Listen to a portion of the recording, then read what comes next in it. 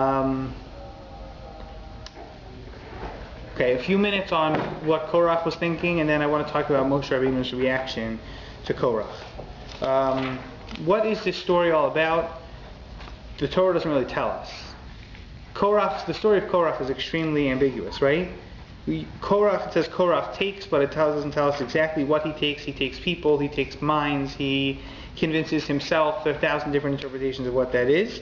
But these group of people, led by Korach, approach Moshe. The Parsha really jumps right in. Pasuk Beis, they gather around Moshe and Aaron. Vayomru aleihem Rav lachem kicho ha'ida kulam kidoshim u'v'soch Hashem madua tisnasu al kahal Hashem. Don't you have enough? Everybody's holy, and God is with everybody in the Jewish people. Why are you taking too much control of the nation? Vayishma Moshe vayipol al panav, and Moshe does not react very well. So what's Korach doing? Right? What does Korach want? What's he upset about? Power. He wants power. Okay. Go around the table. Next. Yeah, he wants. How would it be? He wants. Is this about Korach's selfishness, about what he wants for himself, or is this I don't know what you want to call it. Is this a vendetta against Moshe? Is this about Korach, or is this about Moshe? Both. Or maybe it's about both. I think it's about Korach. So first of all, he says what's his accusation? Rashi explains, Rav lachem, you already took enough, right? What did you take?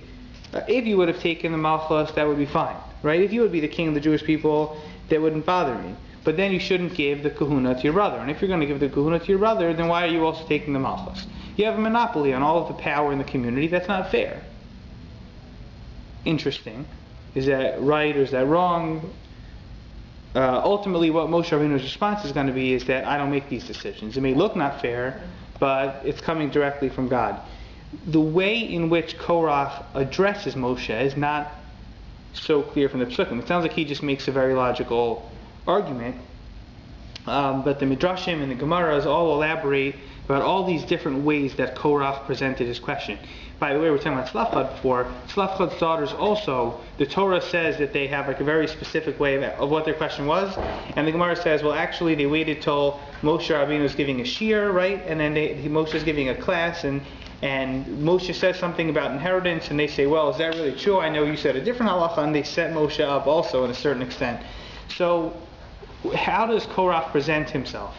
So we have these two statements in Chazal that Korach presents Moshe with halacha questions. And Korach says to him, if you had a talis that was made of all of tcheles, would it require tzitzis or not?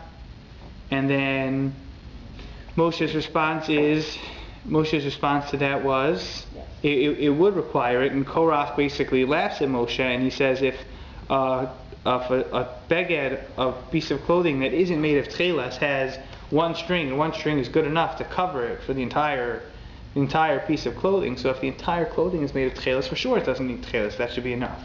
Asks him, if you have a house or a room totally full of Jewish books, does it need to have a mezuzah? To which Moshe says the same thing. Moshe says, yes, it does. And Korach says, that's foolish. After all, what's a mezuzah for? It's supposed to remind you to do all the mitzvos. And what is a room full of svarim? That's a place where we do mitzvos. What do you need a reminder for? You have the ability to do the mitzvah right there. The Gur Aryeh, so the Maharal, he has a very interesting take that I was reading today. I don't think I understand it 100%, but he has a very interesting take on these two questions. And he says what Korach was doing, believe it or not, was telling Moshe that his job was superfluous. He wanted to cut down on the payroll of the Jewish people, and he said, we don't need you. Who does the heavy lifting? Who deserves the paycheck? Aaron deserves the paycheck. He's the one that brings all the karbanos. He's the one that does the ketores. He's the one that has to do the avodah in the Beis HaMikdash. What do? Nothing. Well, so in other words, he was comparing Moshe. Moshe was the string tcheles, and Moshe was the mezuzah. Right, saying maybe that's what he means, right? And you're superfluous because everybody is, the whole nation is tcheles, and the whole nation is foreign. So what he says, what the Maharal says, the Maharal, what the Maharal says is that Korach was saying that Aaron was we call the Maisa, he was the action, and Moshe was the Dibor. Moshe was the speech, he was the theoretical. And he's like, you're not doing anything, you're just this theoretical transmission of oral Torah, you're not doing anything, and Aaron's doing all the work. And that's what he was saying, that the Svarim are the Maisa HaMitzvah. Svarim are the things that you learn from. That's where the mitzvah really happens. The mezuzah, that's just a reminder. You don't need that, right? That's the thing. Aaron's doing the real work. Now, I was thinking about how this is interesting because we talked about the greatness of Moshe and the greatness of Aaron also a little while back in Sefer Shemos, and we talked about Rav Kook's understanding that how Moshe and Aaron really complemented each other, and we suggested that maybe that was part of the reason that Aaron failed to a certain extent by the Egel, because he's trying to work with the people. He lives in the real world. He makes compromises. He lies for the sake of peace. He's a more real, concrete person. So Korach is basically making that argument to Moshe. And Korach is saying Aaron is the one who's out there with the people. He's not the one who moves his tent outside of the camp. He's the one who's here. He's the one who cares. He's the one who acts. He's the one who's always busy running around. So he should be the leader, but you can't seem to step aside. You're not giving him what he deserves. So that's one interesting approach. The Gemara in Sanhedrin takes a very extreme perspective on this, and says that Korach basically accused Moshe of adultery. Right? And the Gemara says that Korach convinced everyone to give their wives a warning not to be around Moshe.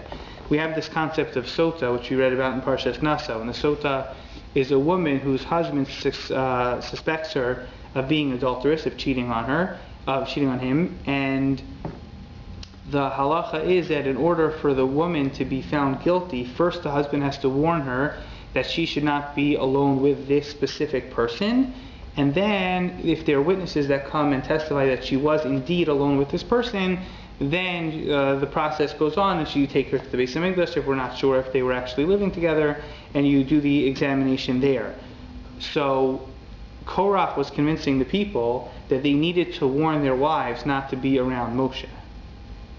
So how could that be? What I noticed was that the Kli Yakar here says that it's not literal. Anybody know this Kli Yakar? He says that what the accusation? That it's not what the Gemara means. It's not literally that Moshe actually was being accused of adultery. One second. Sorry.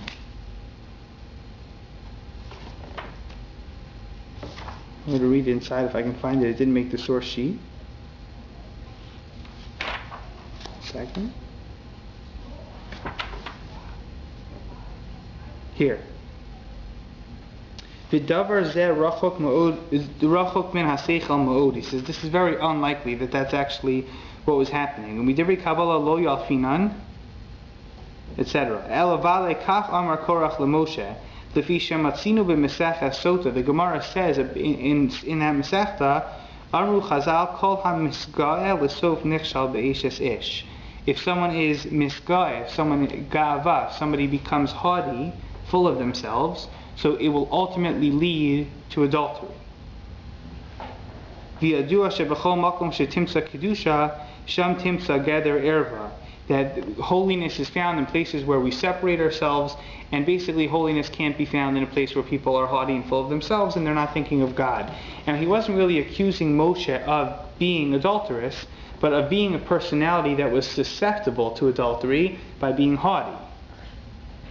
But this is the opposite. And this is the Anav Mikol Adam. This is Moshe Rabbeinu. But from Korach's perspective, Moshe taking all the leadership is a sign of the fact that he wants everything for himself. And anything that he has to pass off on someone else, he's going to give it to his brother. He's not going to share. And he says that's the midah, that's the characteristic of someone who's willing to go and to cheat. That's how the Kli Yakar reads this, which is interesting. The other approach that I think is worth thinking about is that focuses on what Korach says, Ki kol ha'ida kulam kedoshim. He doesn't just say, why do you have all of it? He says, why do we need a leader at all? Forget Moshe and Aaron specifically. If you're telling us that we're all holy people, if we all have access to God, and we have a spiritual DNA within us that we can achieve Kedusha, so why do we need you? what do you have in Judaism that I don't have? Everyone has their own chelek, everyone has their own religious experience, and that should be sufficient. And if you're telling me I can achieve great things in religion, so what do I need you for? And that's very interesting, because the response from God is clearly that it's important to have leaders. And without having leaders, you really can't have aspiration. If you think you're everything, if you don't have anybody to look up to, so then it's very hard to grow. So true, everyone is great and everyone has great potential, but there always has to be somebody in the front. There has to be a leader, there has to be a king, there has to be a Nabi, there has to be a Kohen. There always have to be people to look towards and to strive for, and Korach was rejecting the entire notion of aspiration. I'm just as good as you are, I should only look to myself and not look to anyone else. Also, what we're hearing from Korach, whether it's the arguments that the Gemara tells us that he gave, or his complaints against Moshe Rabbeinu, it reminds me very much of sometimes we get attacked by secular Jews who give us these very logical arguments, like, why can't you put on a light on Shabbos? It's not hard work. Things that from it. But really, basically, what is it? It really is a rebellion against Hashem.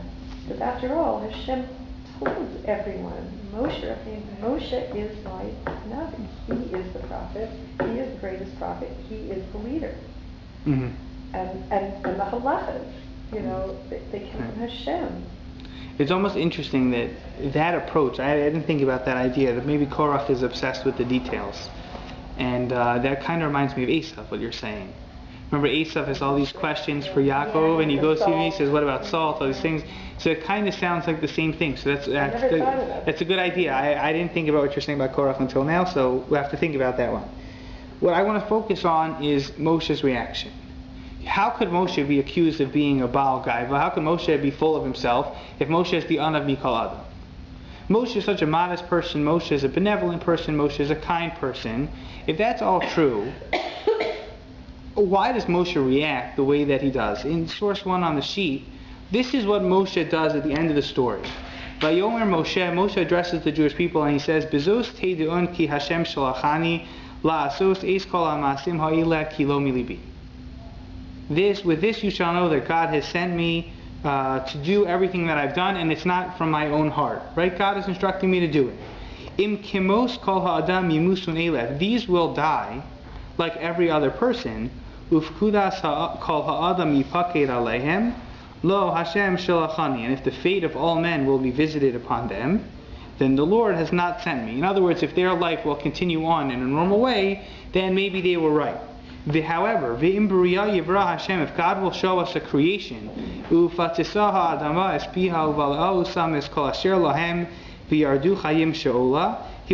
a mouth, an opening in the ground, and it will open up and swallow them, and they will go down alive. Then you will know that these people have provoked God. And when Moshe completed saying all of these words, the earth split, it opened its mouth, Korach, his people, his houses, everything, it's all swallowed up. They all went down alive, and the land covered over them, and they were lost from the entire congregation. And they all fled with their voices, meaning with cries. They thought they would be next, that the earth would swallow them. And then a fire came from Hashem. Those people that brought the Ketores, that had challenged Aaron's right to be the Kohen, so they were consumed by fire. So 2 questions. This is a famous image.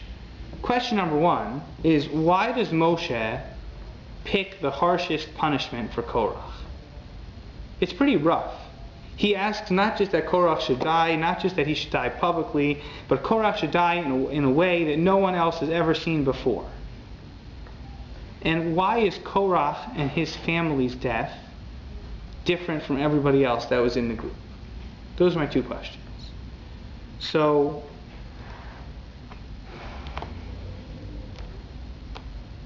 let's go one step further and look at the Gemara in Sanhedrin, source 2. I don't know if anyone's heard this Gemara before, but it's interesting. Uvnei Korach lo mesu, the sons of Korach didn't die. Tana mishum Rabbeinu Amru, they said in the name of our teacher, Makom nisbatzer lahem begehenom, there was a place set up for them in hell. V'yishvu alav amru shira, they, the sons of Korach, would sit in hell and they would sing songs. Amar Rabbi Bar Chana, Rabbi Bar Chana once said, Zimna chara habe kazlina ba'orach, I was once traveling, Amr li yahutia, then I had this merchant and he said, Tav achvilach balui de Korach, come and I will show you where Korach got swallowed up by the ground. Azel chaza tre bazoi, to have a kanafik kitra minahu, and they went and they found 2 cracks from which smoke was emanating. Shakal givava de imra, so this merchant took a ball of wool, amshe b'maya, he soaked it in water, va'osve beresh rompe, and he put it on the edge of his spear, va'achlafe hasam, and he waved it over that spot. Echrach, and then the wool was singed, it was burnt from being waved over the spot where the smoke was coming from. Amar li, and he said to Rabbi Bar Chana, Itzayis ma shamas, listen closely to what you're about to hear. The shamas tahavei ka'amri hachi, and Rabbi Bar Chana heard them saying, Moshe v'toraso emes, v'heim badoim. Moshe and his Torah are true, and they are liars. That's the words that he heard. Moshe emes v'toraso emes. Those are the words that he heard emanating from the cracks of where Korach was swallowed up by the land. So, this is a very interesting Gemara. First of all, the fact that they know where Korach was swallowed up, the implication is that it was visible. So that's challenging in its own right. Why is it that they're saying Moshe is true and his Torah is true and they are liars? What's this all about? Very strange piece of Gemara. So one way to understand, right, a full tshuva. How did they come to this tshuva? So source number 3 is a very interesting approach that I saw from Rav Mordechai Greenberg, and he suggests something that I think is really twists the end of this story on its head. Moshe and Aaron are given a very specific commandment at the end of Parshas Bamidbar, which, if not for this context, nobody, I think, would really focus on. Source 3, Vayidaber Hashem al Moshe v'al Aaron lemor, Hashem spoke to Moshe and Aaron saying, Al tafrisu eshevet mishpachos ha'kehasim mitoch aliyim. Don't cause the tribe of the families of Kahas to be cut off from amongst the Leviim. Remember, Levi has a few sons, Gershon, Kahas, and Merari. So Kahas is one of those 3 families. So he says, make sure they don't get cut off, meaning make sure they don't get killed. Verse 19, Vizos asu lahem v'chayu v'lo yamusu. Do this for them so they should live and not die.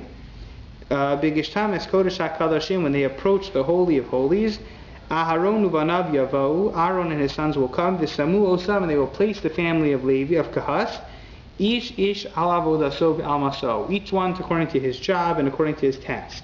V'lo yavau l'ros kevala es ha'kodesh ramisu, and they shall not come to see when the holy are being wrapped up, v'amisu, and they will die. What's it talking about? The family of Kahas, remember the Leviim, one of the jobs of the family of Levi was to transport the Mishkan from place to place as it moved through the desert and eventually as it moved through the land of Israel.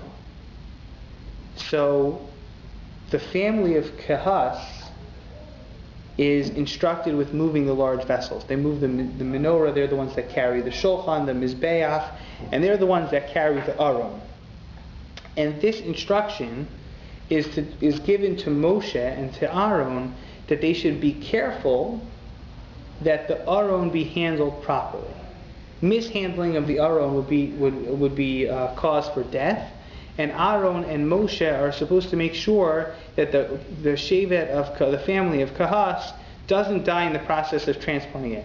Now this might remind you of the story with David HaMelech and Uzzah, right? The story with Uzzah, that they're traveling with the Aron up to bring it to the Beis Hamikdash when they're building in Yerushalayim, and the ark, as they're hit something, and the wagon that was being carried in hit something, and the wheel breaks, and then it's about to slide off, and Uzzah reaches out to grab the Aron, and he dies. Right? So There might be a few mistakes there. Maybe they shouldn't have put it in a wagon. They should have carried it on their shoulders. But Uzzah was supposed to know that the Aron doesn't need to be held. The Aron holds itself. And when he mistreated the Aron, that's what caused his death. It's a very interesting story there, how David HaMelech stops the party and they hold the Aron off. And the people are afraid there that the Aron is too dangerous to move. They don't want to move it, and they leave it in a certain city until they see that the city that's housing the Aron is prosperous. And then they realize that the Aron is really a good thing, and they're comfortable to take it back, and they take it back in an even bigger party, bigger celebration, and that's what happens with David HaMelech, David and Michal. And Michal notices that David is dancing excessively, and that's when she rebukes him, and then he ends up cursing her, and the whole thing back and forth. What's interesting is that that's the Haftorah for the same week that we read about the death of Nadav and Avihu. And one connection I thought was very interesting is a tangent, but Moshe turns to Aaron after his two sons die in the temple. And what does he say? Moshe says, "Bikrovai ekadesh ve'al pnei chol ha'am echaved." That God is sanctified with those that are holiest, with those that are closest to Him. And then it becomes al pnei kol ha'am echaved. It becomes kavod throughout the entire Jewish people. And then Vayidom Aaron accepts that rebuke. Rav Hirsch says externally and internally he acknowledges that whatever Moshe's words of comfort were, they were meaningful. But what does he mean? What does it mean, the fact that your children died, that shows you how great they were? So one approach, I think the approach taken by the Torah Tamima, is that it really was an indication of how special Nadav and Avihu were, that these were not two average kids that were just reckless and doing whatever they wanted in the temple, but these were two people that had the highest expectations, that we had the highest standards for, and that's why they were put in the position that they were. And they did mess up, they made a mistake, but it was their stature that caused it. The Torah Tamima points out that the Gemara says, what did they do wrong? And remember, it has like a list of 6 different things that Nadav and Avihu did, and a lot of them have nothing to do with worship in the temple. They separated from their wives. He said Lashon Hara about Moshe and Aaron. So why did they get killed in the temple? So the Torah Tamima says, lest people think that once you have a mizbeach, once you have sacrifices, you can do whatever you want, and you can bring a carbon and wipe it away. That could cross your mind. Before you have a temple, you can't really apologize to God. Now that you have it, you have an altar, you can apologize, and it's all fair and square. So he takes two people that have the greatest access to the Mikdash, two holy Jews, Nadav and Avihu, and he teaches you that the fact that there is a Mishkan isn't an excuse for reckless behavior. And when he shows you that such great people are still held to the same standard despite the presence of the Mishkan, that was a Kiddush Hashem for the rest of the Jewish people. It's an interesting approach. And why is it significant? Because then it parallels the Haftorah very nicely. I always wondered about that Haftorah. David and Michal, the whole story. David dances excessively, right? And she thinks that it's disrespectful for a king to dance that way, right? He only dances that way, or it's only described that way, after the death of Uzzah. The Torah describes the procession that Uzzah and David were there when they were bringing the Aron, and David was dancing like a regular person. He wasn't overly ecstatic. And after Uzzah's death, when they finally bring the Aron to Jerusalem, that's when David really gets, quote, out of hand. What's the difference? And maybe the answer is that the death of Uzzah taught David HaMelech the same lesson as Aaron. That just like Aaron understood that the death of his children showed us how great of a kedusha, of a spirituality we were dealing with, David has that same experience with Uzzah's death. Uzzah's actions are somewhat excusable. They were instinctive. He was acting to save the Aron, and it still led to his death. This is a leader of the Jewish people. This is someone that financed the bringing of the Aron. He was making it all possible, and he was held to an even higher standard. And David HaMelech understood that bringing the Aron to the temple, that really means that we're going to be qualitatively more sanctified than we were before.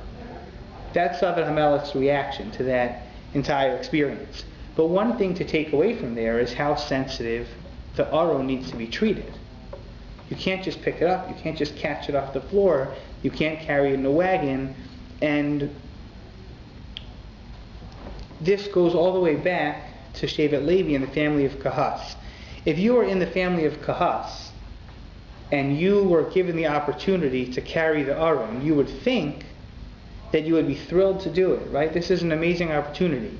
But look at the Medrash in source 4 and it tells you the exact opposite happened. Amar Rav said b'shem Rabbi Yochanan ben Zimra, mitoch shahaisa ha'esh yotzes v'shafa b'tu'unei ha'aron hayu mismatin v'hayu kol echad ve'echad ratin zen notas ha'shulchan v'zen notas ha'menorah v'zen notas ha'mizbachos ubarchen min ha'aron v'bnei shahaya mazikin. Each of the people of Kahas, they were told, you guys will split up the Mishkan. Some will take the Mizbeach, some will take the Menorah, some will take the Shulchan, some will take the Aron. What did they all do? They saw the Aron. They saw the Aron had fire emanating from it. So everybody ran in the opposite direction. So the guy said, you know what, I'll take the Menorah, I'll take the Shulchan. And what was the last on everybody's list? The Aron. And they were all rushing to avoid being the ones to carry the Aron because they were afraid. It was as if the Aron was embarrassed, disgraced. And Hashem became very angry with them. God says to Moshe,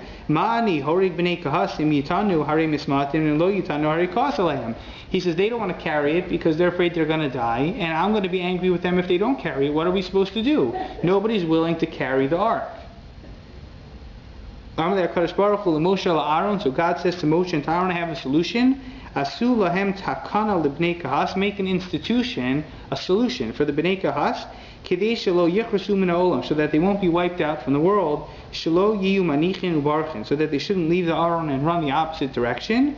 What was it? Al tachrisu eshevet mishpachos hakehasi ela yavo Aaron uvanav v'samu osan ish al avodaso v'al masao. You should designate who's going to carry the menorah, who's going to carry the Aaron, and don't just put them in this impossible situation. Tell them the Aaron needs to be carried by people in the front and people in the back, and they need to face each other, and they need to be thinking about what they're doing, and give them the proper instruction, give them the tools so that they'll be able to embrace this mitzvah. So that they'll be able to go from one job to the next. So Rav Greenberg quotes an unbelievable thing. Moshe and Aaron take a commitment above and beyond the commitment they have to the rest of Shevet Levi to ensure the success of the family of Kahas. To make sure that the family of Kahas will not die while they serve God. Who's from Shevet Kahas? Korach. Vayikach Korach ben Yitzhar ben Kahas ben Levi. Now you see why this has something to do with the Parsha. Moshe took an oath to protect the entire family of Kahas and to make sure that they would never die. At least an unnatural death. Rav Greenberg quotes that Moshe Rabbeinu's request here is not revenge against Korach, but it's a prayer on behalf of Korach.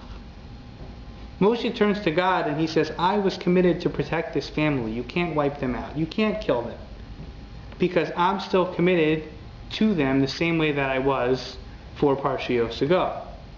Rather, Moshe says, I will show you that God believes me and doesn't believe Korach, but I will do it in a way that won't cause Korach to die. How will I do that? They'll be swallowed up, and the Torah emphasizes that they will not die. The Gemara says that you'll walk by the crack of where they were swallowed up, and you will still hear them alive. They will be alive forever. Because Moshe was committed to protecting them no matter what they did. To me, this is an unbelievable thing, because it's completely justified for Moshe Rabbeinu to turn his back on Korach. Korach stabbed him in the back. Korach rebelled. Korach brought other people into the rebellion that wouldn't have come along if they didn't have to. And yet, what does Moshe say when God said, okay, fine, I have no choice, he's rebelling, I'm going to kill him? Moshe says, please don't. We had a deal. And Moshe stands there and davens to God that Korach should not be killed because of his oath. There's so many situations where you make a commitment, where you hold yourself to a certain standard, but that's assuming that other people live up to their end of the bargain. If there's any person in Jewish history who didn't live up to his end of the bargain, it's Korach. He's the biggest threat to Moshe's leadership pretty much Moshe's entire life. And when it's all said and done, and when Korach is proven wrong, and he doesn't apologize, and he sticks to his guns, Moshe is still there to back him up. Moshe is the one in his corner defending him to God. And Moshe has a lot of practice with that. True. And practice after the Meraglim. I mean, God says to most people, I'm going to wipe out this nation. I'm starting a new nation from you. The difference is that with the Meraglim, it wasn't an attack on Moshe. Here you have a personal attack on Moshe. Depending how you read those Gemaras, literally or not literally, like we said, Moshe is being attacked. Moshe is being told he doesn't have the right to be the leader of the Jewish people. And he uses his leadership, and he uses his Koach HaTfilah to defend the people that are attacking him.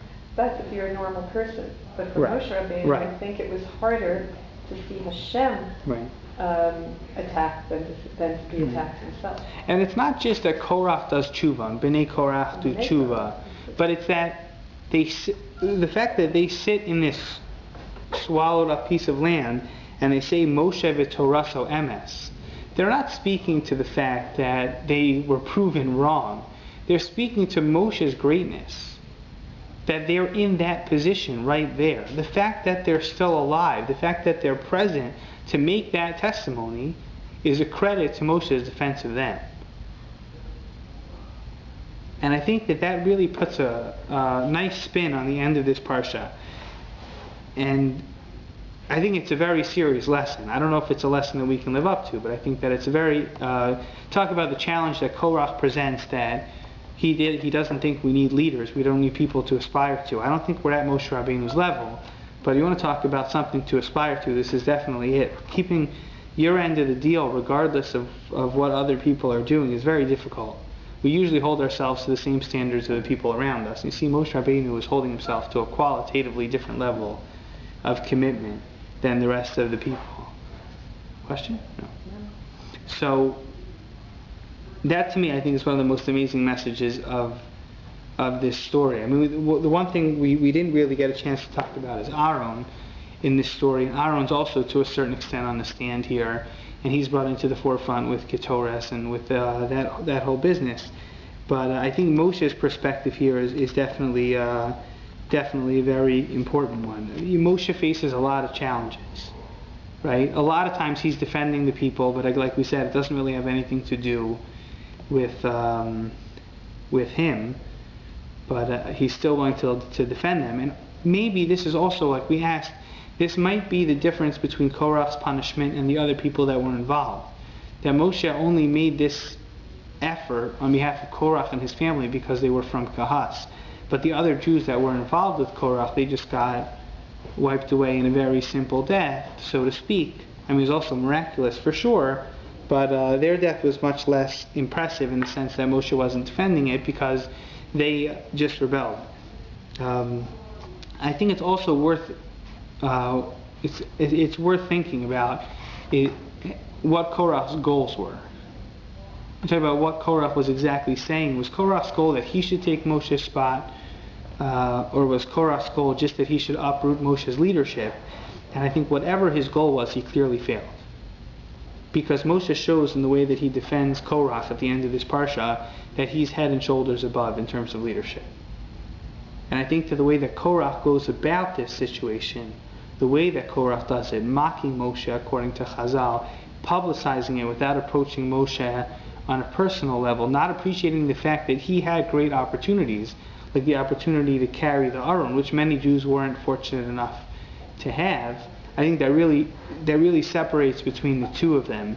And like we said before, Korach asks these very halachically minded questions, and it's hard to argue with a halachic question. Ein havai shalomid. If you have a serious question, you're supposed to ask it. You're not supposed to be afraid to ask it. But it's not the questions that Korach's asking. It's the motivation behind the questions and the way in which he asks those questions, which makes his behavior so offensive. And really, the way that Moshe behaves totally takes over the story. And the fact that Moshe really Moshe shows you how much rooms of separation there is between the two of them. And I think that's the most important lesson we can take from the Parsha. We'll stop here unless there are any questions.